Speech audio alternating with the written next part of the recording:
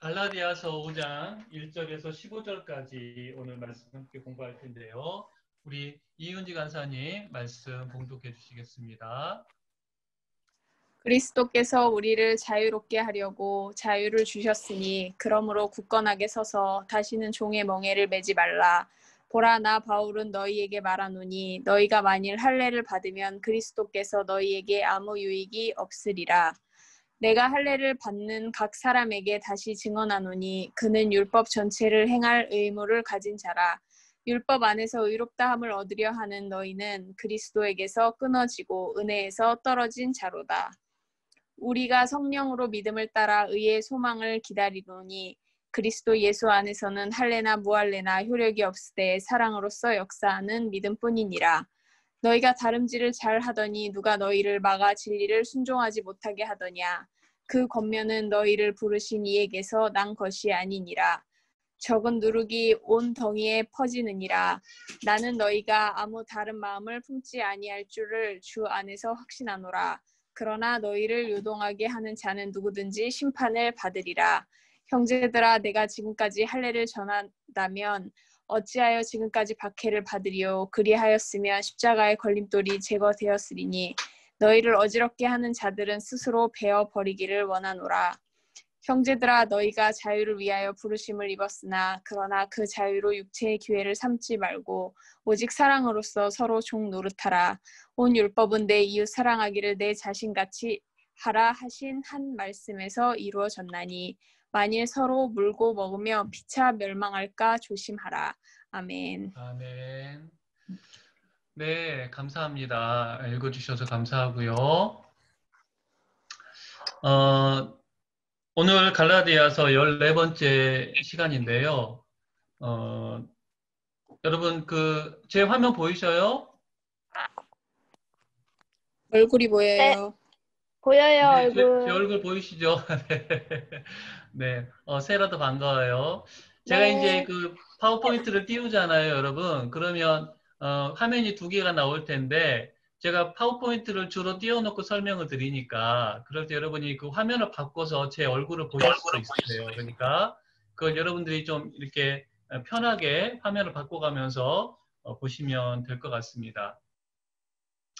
우리가 지난주에 갈라디아서의 굉장히 어려운 부분을 우리가 공부를 했습니다. 여러분 그 어려운 공부를 해내신 분들인데 아브라함의 두 아내와 두 아들 이야기를 통해서 누가 진짜 아브라함의 자손이냐. 그것이 중요한 이유는 뭐냐면요. 누가 하나님의 백성이고 누가 하나님의 자녀냐 그런 말이거든요. 바울은 먼저 그 여종인 하갈에서 태어난 이스마엘은 아브라함의 자손이 아니다. 왜냐하면 육체를 따라 태어났기 때문이다. 여러분 기억하셔요. 육체를 따라. 이 말은 인간의 노력으로 그냥 자연적인 힘으로 이런 의미다라고 말씀을 드렸어요. 이것은 하나님의 방법을 따르는 게 아니라 인간의 노력으로 성취한 거죠. 그렇게 태어난 아들은 아브라함의 아들이 아니라는 거예요. 참 아들이 아니라는 거예요. 여종에게서 태어난 종의 자녀고 누가 진짜 아들이냐? 사라에게서 태어난 이삭이 진정한 아들이다. 아브라함의 유업을 물려받을 수 있는 진정한 아들이다. 이삭은 어떻게 태어났다라고 말을 하냐면 약속으로 태어났다. 이렇게 이야기를 해요. 자연적인 방법이 아닌 초자연적인 방법에 의해서 은혜와 하나님의 은혜와 능력에 의해서 믿음으로 말미암아 태어난 아들이거든요. 그러니까 이것을 이야기함으로써 인간의 노력으로 의를 성취할 수 있는 게 아니라 하나님의 자녀가 되는 것은요. 예수 그리스도를 믿음으로 말미암아 되는 것이다. 바울이 아주 중요한 이야기를 우리에게 해줬습니다. 지난 시간 4장까지 우리가 공부를 마쳤고요. 이제 오늘은 5장을 공부를 할 텐데요. 5장에서 바울은 상반되어 보이는 권면을 하게 됩니다. 먼저 이 종의 멍에를 매지 말아라. 종이 되지 말아라. 이렇게 이야기를 합니다.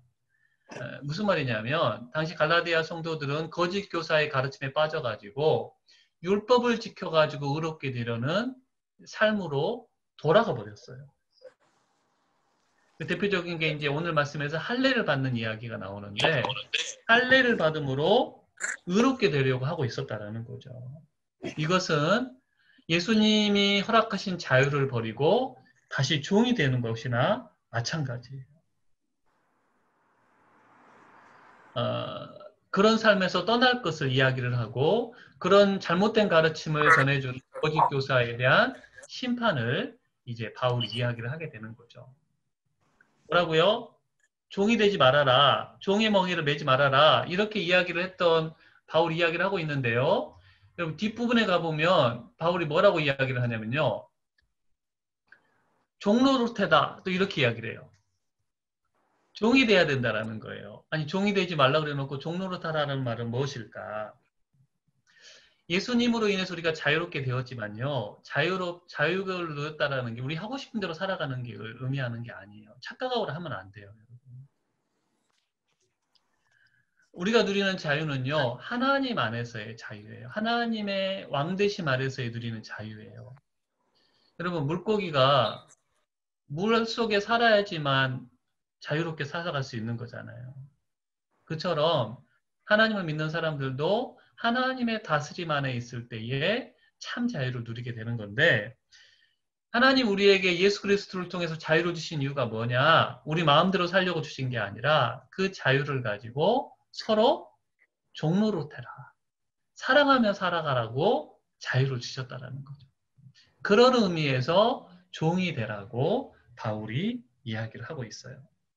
그러니까 상충되는 이야기를 하는 게 아니라 자유를 주셨는데 그 자유를 가지고 율법과 죄의 종이 되지 말고 사랑의 종이 되라. 사랑으로 섬기는 종이 되라고 바울이 이야기를 하고 있는 거죠. 오늘 그래서 여러분 공부를 하다 보면 종이란 말도 나오고 자유라는 말도 나오고 사랑이라는 말이 나오고 또 믿음이라는 말도 나오고 이런 용어들이 오늘 공부에서 중요한 공부라고 할 수가 있겠어요. 15절로 이루어진 공부를요. 오늘 같이 구조를 보면요.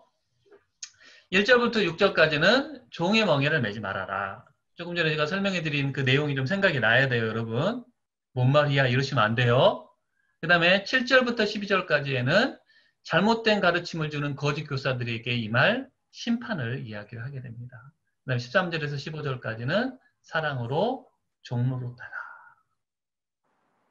자, 이것이 오늘 말씀의 이 구조가 되겠습니다. 자, 그럼 1절 들어가 보도록 하겠습니다. 1절 우리 윤지 간사님 잠깐만요. 여러분 제가 누구한테 읽어주십시오 그러면 마이크를 해제하고 한번 읽어주셔요. 혹시 조는 분들이 계실까봐 제가 무작위로 하도록 하겠습니다. 자, 먼저 1절은 우리 윤지 간사님 읽어주세요. 그리스도께서 우리를 자유롭게 하려고 자유를 주셨으니 그러므로 굳건하게 서서 다시는 종의 멍에를 매지 말라. 네, 예수님께서 우리에게 자유를 주셨어요. 예수님을 믿을 때 우리에게 자유가 주어지게 됩니다. 자유롭게 하려고 자유를 주셨다. 이 말은요. 우리를 자유인이 되게 하시려고 자유를 주셨다라는 말이에요. 그러면 뭐로부터의 자유를 주셨느냐? 우리 주님이 죄로부터의 자유 그리고 율법으로부터의 자유를 우리에게 허락해 주셨어요. 우리가 죄의 종이었고 율법의 종이었는데 그것으로부터 우리를 자유하게 하셨다라는 거죠. 그래서 이제 우리가 더 이상 죄를 짓지 않을 수 있게 되었고 우리를 올가매고 있던 율법의 압제로부터 또 율법을 지켜야지만이 의롭게 된다라고 생각했던 그 의무감으로부터 우리를 하나님이 자유롭게 하신 거예요. 그러니까 갈라디아 성도들은 바울이 전하는 예수 복음을 듣고 그런 자유를 누렸었는데 거짓 교사들의 가르침을 받아가지고 다시 율법으로 돌아가 버린 거예요. 종이 되려고 한다라는 거죠. 예수님께서 아주 비싼 값을 치르시고 자유인이 되게 하셨더니 제 발로 다시 감옥으로 돌아가 버리는 일이 갈라디아 성도들에게 일어나게 된 거예요. 이제 그 대표적인 게 뭐냐면 율법을 지키려고 했던 하나의 모습 중에 하나가 뭐냐면 할례를 받는 것을 오늘 이야기를 하거든요. 그것은 여러분 종의 멍에를 다시 매게 되는 거예요. 감옥에 갇히는 거예요. 바울이 권면을 하는데 다시는 종의 멍에를 매지 말아라. 이런 권면을 하게 되는 거죠. 자, 2절부터 4절 우리 문정혜 전사님 한번 읽어주십시오.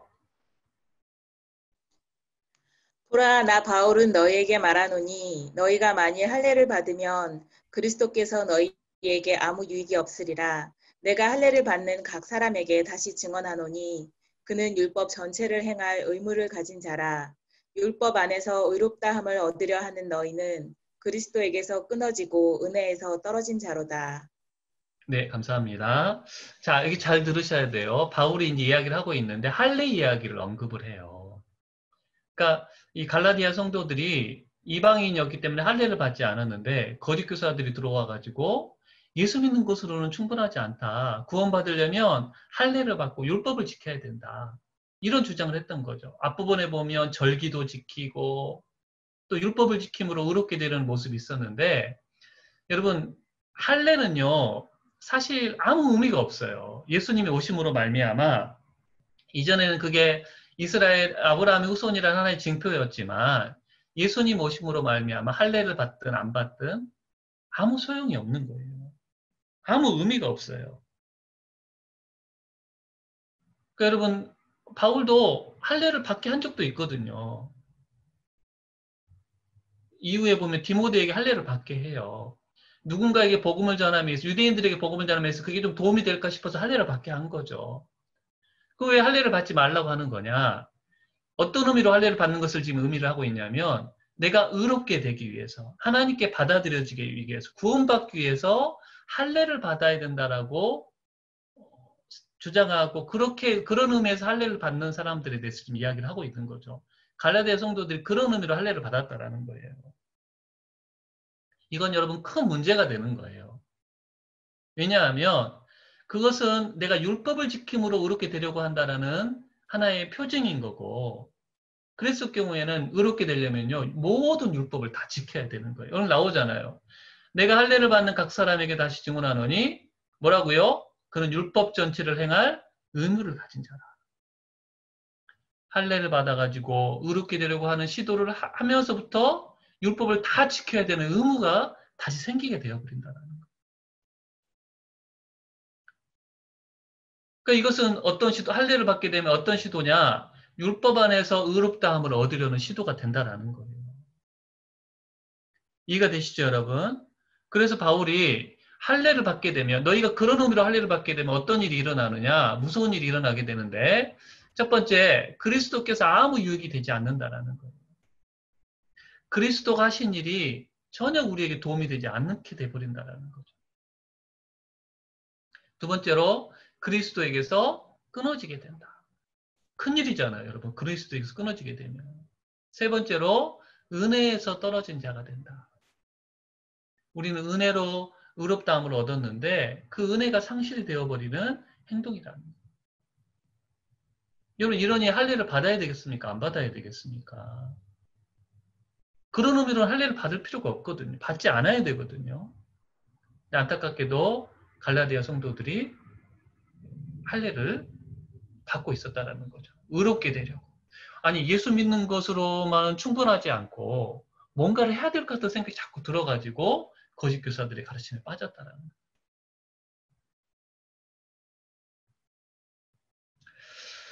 자, 그 다음에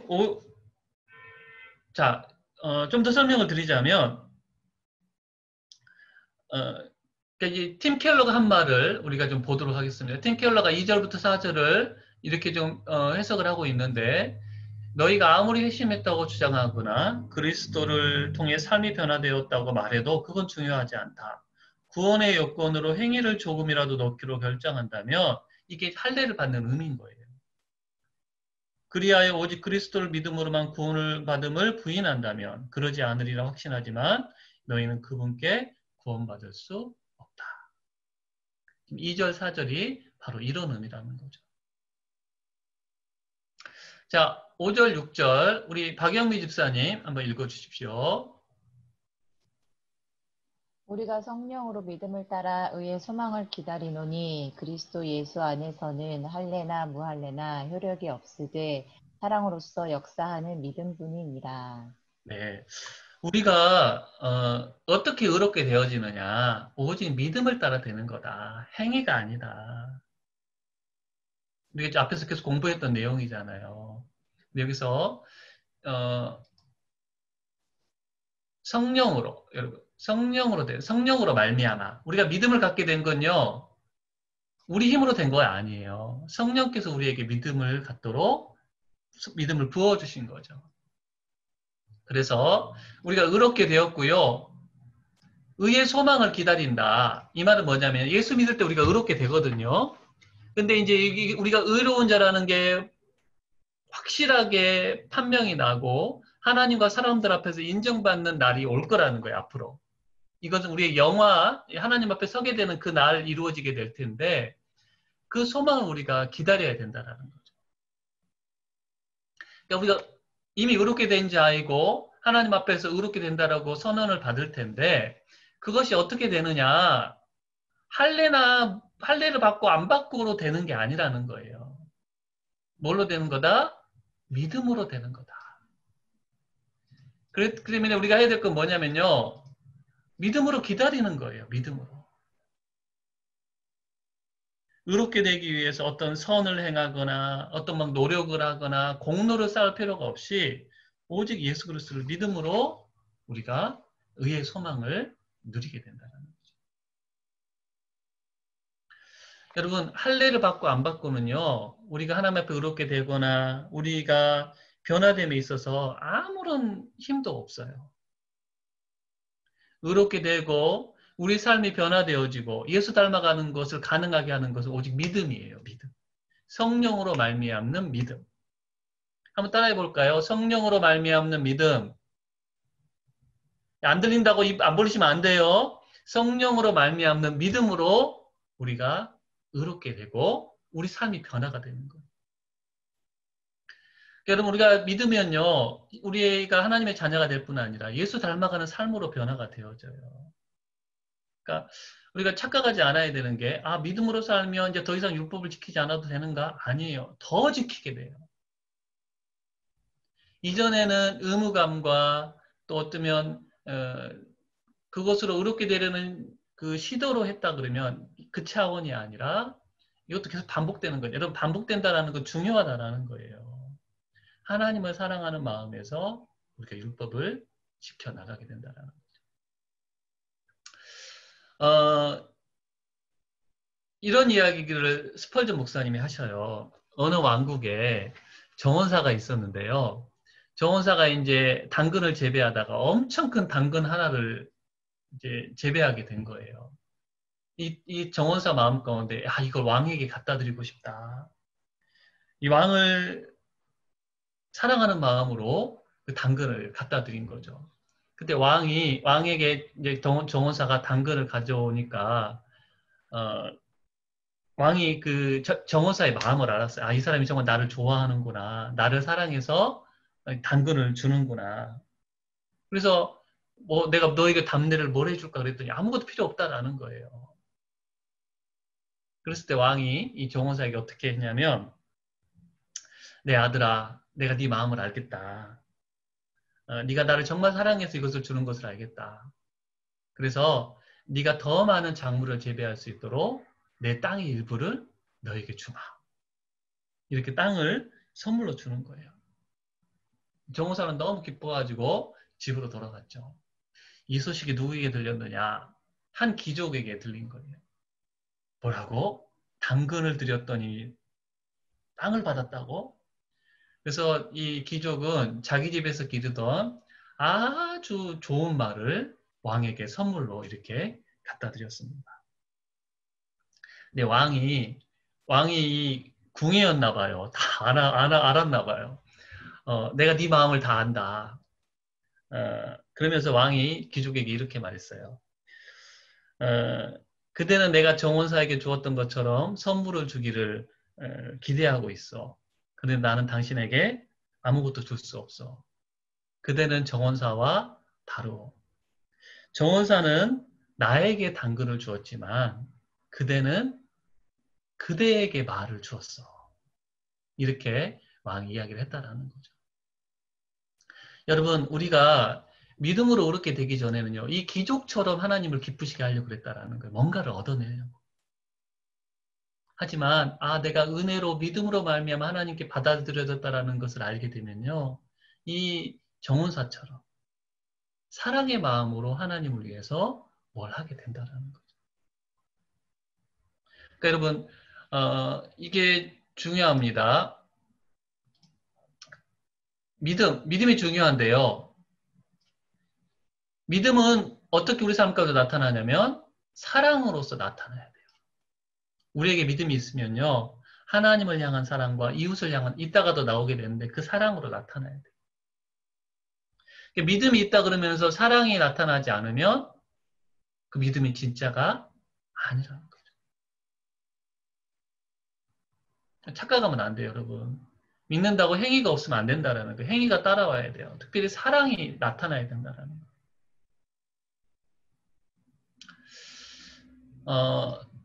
그럼 어떻게 해야 될까요, 여러분? 우리가 이 말이 참 부담스럽잖아요. 사랑해야 된다 그러면 나는 사랑이 정말 없는 사람인데 어떻게 하지? 어떻게 하면 사랑할 수 있을까? 여러분, 내 사랑에 문제가 있을 때요, 사랑하려고 노력하지 말고, 이것도 한번 드렸던 말씀이죠. 믿음으로 주님을 바라보는 것이 더 중요해요. 정말 내가 은혜 입은 자이고 믿음으로 구원받은 자라는 걸 우리가 깨달으면 깨달을수록 사랑하는 삶으로 나아가게 된다는 거죠. 팀 켈러 목사님이 그것에 대해서 잘 이야기를 하고 계셔요. 우리 옆권사님이 한번 읽어주십시오. 그리스도를 믿으면 확실한 소망이 생기고 거기서 남을 향한 사랑이 흘러나온다. 그렇다면 우리 사랑에 메마르거나 식어질 경우 그 원인은 우리가 믿음으로 소망을 바라보지 않기 때문이다. 사랑이 고갈될 때는 더 사랑하려고 애쓸 것이 아니라 그리스도를 바라보는 게 문제 해결의 방법이다. 소망을 곱씹으면 우리 마음이 그분의 사랑에 녹아 남을 향한 그분의 사랑으로 넘쳐 흐른다. 네, 사랑이 고갈될 때 더 사랑하려고 애쓰려 하기 전에 그리스도를 바라보고 십자가를 바라보고 내가 얼마나 큰 은혜 입은 자를 기억하고 하나님의 사랑에 잠겨야지 그 사랑이 흘러나가는 거. 없는 거 쥐어짜면 어떻게 해요, 여러분? 우리가 이것을 잊지 않았으면 좋겠습니다. 자, 7절, 9절 우리 박연숙 집사님 한번 읽어주세요.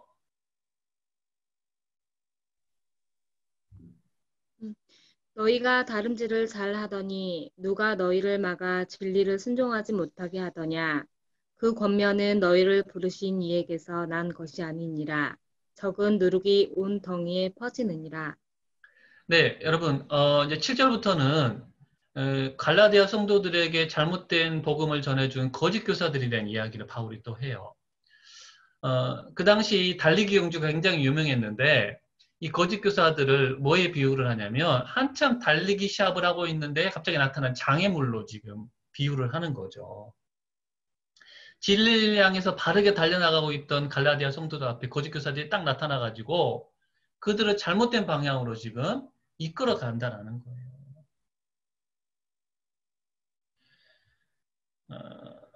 그래서 바울은 그들의 가르침은 너희를 부르시니가 누구예요, 여러분? 하나님이시죠? 하나님에게서 난 게 아니라는, 네, 거짓 교사들은 하나님이 보내신 사람들이 아니에요. 하나님의 이름으로 이야기를 하고 있는데 하나님에게서 온 사람들이 아니다. 그 정체를 밝히고 있고요. 또 한 가지 그들을 뭐에 비유하냐면 누룩에 비유를 해요, 누룩.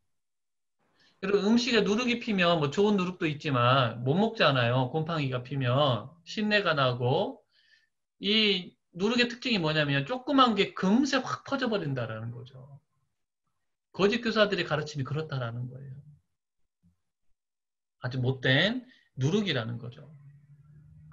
그래가지고 뒤에 보면 이 사람들이요 갈라디아 성도들을 요동하게 하고 어지럽히고요.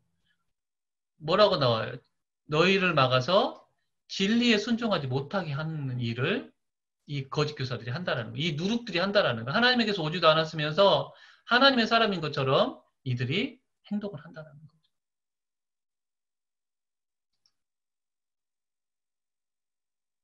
자, 10절. 우리 홍 집사님, 네, 들어오셨는데, 홍 집사님 읽어주십시오. 나는 너희가 아무 다른 마음을 품지 아니할 줄을 주 안에서 확신하노니 그러나 너희를 요동하게 하는 자는 누구든지 심판을 받으리라. 네, 감사합니다. 바울이요, 지금 갈라디아 성도들 때문에 되게 속이 상한데, 뭘 하냐면 확신을 해요, 확신을. 두 가지 확신을 하거든요. 어떤 확신을 하냐면, 하나는 갈라디아 성도들이 다른 마음을 품지 않을 것을 확신하게 됩니다. 지금 잠깐 흔들리고 있는데 그들이 다시 복음으로 돌아오게 될 것을 확신하는 거예요. 이 바울의 확신은요, 여러분 갈라디아 성도들을 믿어서 생기는 확신이 아니고요, 주님으로 인한 확신이에요. 갈라디아 성도들에게 복음을 듣게 하시고 그들을 택하신 하나님께서 그들을 반드시 돌아오게 하실 거라는 확신. 여러분 이 확신이 우리에게도 굉장히 필요해요. 하나님이 택하시고 하나님 선택한 사람은요, 잠깐 방황하는 것 같고 흔들리는 것 같고 그래도 분명히 돌아오게 하신다라는 거죠. 하나님. 그것을 포기하지 말고 기도하고 상황이나 사람 바라보지 말고요, 주님을 바라보면서 우리가 요동하지 않는 게 참 필요한 것 같아요. 우린 참 쉽게 요동을 하죠. 안타깝게도. 그 다음에 두 번째 확신은 뭐냐면요, 이 갈라디아 성도들을 요동하게 하는 거짓 교사들이 심판을 받게 될 것을 확신합니다. 심판. 이 거짓 교사들은 나쁜 일을 하고 있잖아요. 교회를 허물고 사람들을 이간질하고 잘못된 길로 지금 나아가게 하는데 이들이 심판을 받게 될 거라는 거죠. 이걸 확신하는 거예요. 여러분, 교회를 허물고요, 사람들을 복음에서 멀어지게 하는 사람들에게는 무서운 심판이 임할 거예요. 꼭 우리가 그런 일을 하지 않도록 교회를 분열시키고 교회를 깨트리려고 하고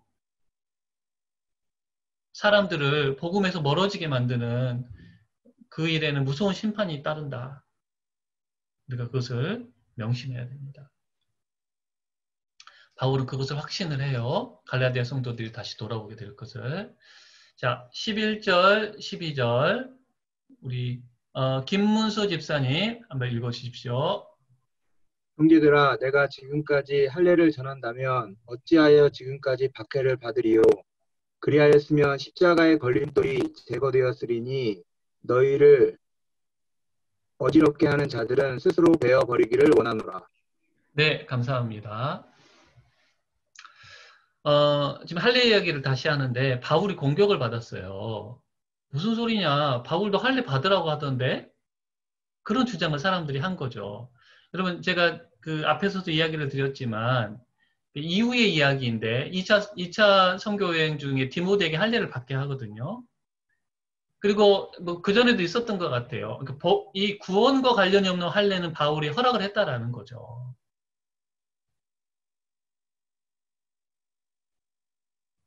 그러니까 할례를 반대한다라는 거예요. 바울은 할례를 받음으로 의롭게 된다라는 주장에는 반대를 하기 때문에 그것 때문에 박해를 받은 거예요. 박해를. 만약에 할례를 찬성했다면요, 십자가의 걸림돌이 제거되었을 거라는 거예요. 십자가를 전할 때 사람들이 그게 걸림이 되어가지고 바울을 막 공격했는데 할례를 받아들였다면 바울도 이런 박해를 안 받았을 거라는 거죠. 이해가 되시죠, 여러분? 그러니까 바울은 박해에도 불구하고 할례를 반대하는, 복음을 지키기 위해서 그런 노력을 지금 바울이 하고 있었는데요. 12절을 보면 너희를 어지럽게 하는 자들은 스스로 베어버리기를 원하노라. 이 말은요, 좀 무서운 말이에요. 바울이 지금 어떤 말을 하고 있냐면 할례를 받아야지 구원받는다고 가르치는 그 거짓 교사들은 스스로 베어버리기를 원한다. 이건요, 어떤 말이냐면 자기의 성기를 잘라버려서 고자가 되기를 바란다라는 그런 어떤 저주 비슷한 말을 지금 바울이 하고 있는 거예요. 얼마나 미웠으면 이런 말을 할까요? 갈라디아 성도들을 막 시켜 빠뜨려가지고 복음에서 멀어지게 하는 거짓 교사들이 고자가 되었으면 좋겠다. 이런 말을 하고 있는데, 여러분, 우리도 이런 마음을 품을 때가 있죠. 사실 이런 마음을 좀 조심히 품어야 되는데, 그 이단의 교주나 또 사람들을 어지럽히는 그 거짓된 사람들을 보면 좀 이런 마음을 우리가 품을 때가 있는 거죠. 그럼에도 불구하고 이것은 좀 거북한 말일 수가 있는데, 존 스토트 목사님은요, 이렇게 말을 해요. 감히 말하건대 우리도 하나님의 백성과 하나님의 말씀을 바울만큼만 염장한다면 거짓 교사들이 세상에서 없어지기를 바랄 것이다. 그 어떤 그 의로운 분노라는 거죠. 의로운 분노. 저도 이런 마음을 품었던 것들이 있는 것 같아요. 너무 그 이단의 못된 사람들과 또 이 거짓된 가르침을 전하는 사람들에 대해서 이런 어떤 마음을 품을 때가 있는데, 바울도 지금 복음과 진리에 대한 충정에서 이런 말을 하고 있다는 거죠.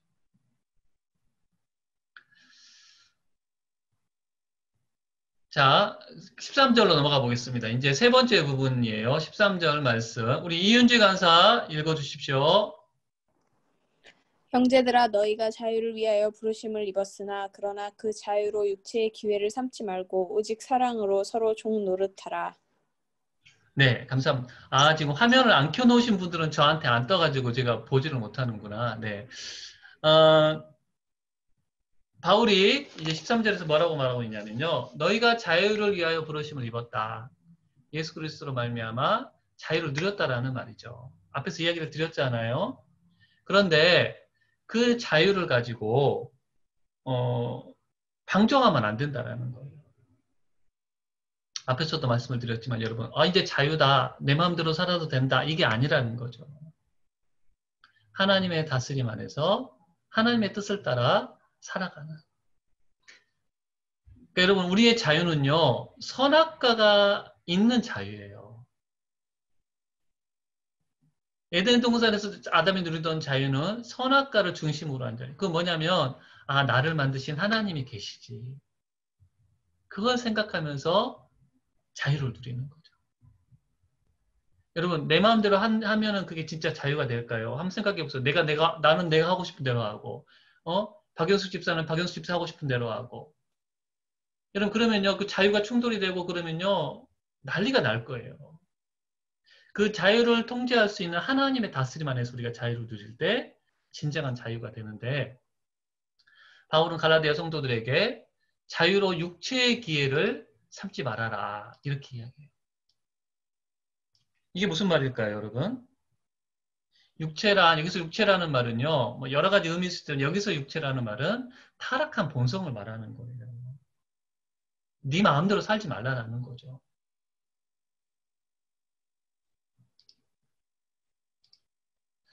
여러분, 우리가 예수님이 자유를 주셨는데 착각하지 말아야 될 게 죄를 지을 수 있는 자유를 준 게 아니에요.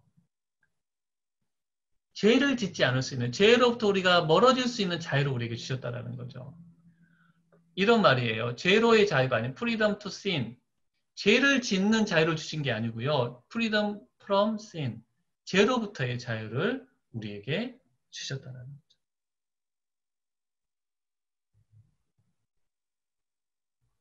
따라서 우리에게 주신 자유를요.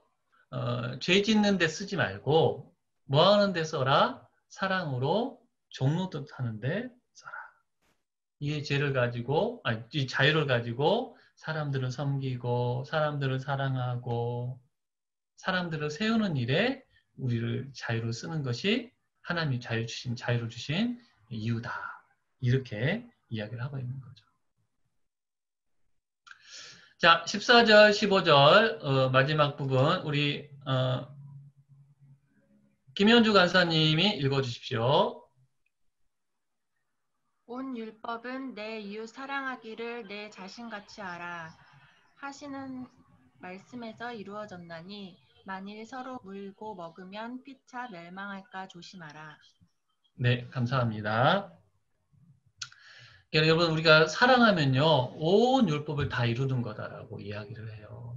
이웃 사랑하기를 내 자신같이 하라. 예수님도 말씀하시잖아요. 율법을 요약을 하면 하나님 사랑, 이웃 사랑. 따라서 우리가 사랑함으로 율법을 이루어가야 되는 거고요. 사랑하지 않으면 어떤 일이 일어나요? 서로 물고 먹으면서 피차 멸망하게 된다는 거죠. 다툼이 일어나고 분열이 일어나게 되고. 여러분 물고 먹는 건요. 들짐승들이나 하는 행동이라는 거예요. 그리스도인들은 서로 사랑하고 사랑으로 종노릇하고 그를 섬기는 것이 우리를 자유인이 되게 하신 하나님의 뜻이다. 우리가 이것을 기억을 해야 되겠습니다. 자, 오늘 1절부터 15절까지 갈라디아서 말씀을 공부를 했는데요. 정리를 해보도록 하겠습니다. 오늘 공부를 한번 여러분 생각을 해보세요. 첫 번째, 종의 멍에를 다시 매지 말라. 어떤 행위로 할례를 받고 율법을 지킴으로 하나님께 받아들여지도록 하지 말라라는 거예요. 오직 믿음으로 우리는 의롭게 되어진다. 믿음으로 하나님께 받아들여진다라는 것을 기억하고 믿음에 근거한 삶을 살아가야 되는 거예요. 두 번째, 그 믿음은 사랑으로 나타난다. 우리에게 있는 믿음은 행함으로 나타나게 되는 거예요. 특별히 사랑으로 나타나게 된다. 우리가 사랑하며 살아가야 되는데 사랑하려면 믿음으로 예수 그리스도를 바라보는 일을 계속해야 된다는 거 우리가 기억을 해야 되겠습니다. 세 번째, 바울은 두 가지 확신을 하죠. 지금 잠깐 흔들리는 갈라디아 교인들이 하나님께로 돌아오게 될 것을 확신해요. 주님께서 그것을 이루실 거다. 지금 내 주변에 방황하는 사람들도 우리 주님이 돌아오게 하실 거라는 확신을 가지고 주님을 바라봅시다. 또 한 가지 확신은 뭐예요? 거짓 교사들은 심판받는다. 교회를 허물고 교회를 공격하고 교회를 분열시키고 사람들을 거짓으로 이끌어가는 사람들에게는 심판이 임할 거다. 네 번째, 사랑으로 우리가 종이 아니지만 종로로 해야 된다. 우리에게 자유를 주신 이유가 바로 여기에 있다. 사랑으로 서로 섬기라고 우리에게 자유를 주셨다. 여러분 내게 주신 자유를 나는 지금 뭘 위해서 사용하고 있는지 우리가 한번 잘 돌아봐야 되는 거죠. 나만 위해서 쓰라고 주신 게 아니라는 거예요. 서로 종로로 타라. 이것이 오늘 공부의 내용이라고 할 수가 있겠습니다. 이 말씀들을 잘 기억하고요. 우리가 믿음으로 살고 사랑하며 살고 의의 소망을 가지고 살아가는 우리 모두가 되었으면 합니다. 자, 제가 기도하도록 하겠습니다. 하나님 오늘 또 갈라디아 말씀을 통해서 우리에게 복음을 알려주시니 감사합니다. 믿음으로 의롭게 된 우리들 어리석게도 행위로 돌아가지 않게 하여 주시고 오직 믿음으로 하나님의 구원과 의롭게 되는 은혜를 누리는 우리들이 되게 하여 주시옵소서. 하지만 그 믿음은 우리의 사랑으로 나타나야 된다는 것을 기억하고 하나님 우리에게 자유를 주신 이유가 사랑으로 종로로 타라라는 주님의 뜻이 있음을 기억하며 서로 섬기고 낮아져서 세우는 우리들의 삶이 되게 하여 주시옵소서. 잠깐 우리 주변에 흔들리는 사람들이 있는데 주님 그들을 다시 세우실 것을 주님이 하실 것을 믿습니다. 주님 바라보고 믿음으로 기다리게 하여 주시고 교회를 허물고 교회를 공격하고 거짓된 가르침을 전하는 자들에게는 하나님 무서운 심판이 있다는 것을 기억하고 그들로 인한 우리가 혹시 공격을 받고 박해를 받을 때에 저희들이 참고 견디며 주님께 아뢰는 우리들의 삶이 되게 하여 주시옵소서. 이 말씀이 우리의 삶 가운데 귀하게 열매 맺기를 간절히 소망합니다. 예수님의 이름으로 기도드립니다. 아멘.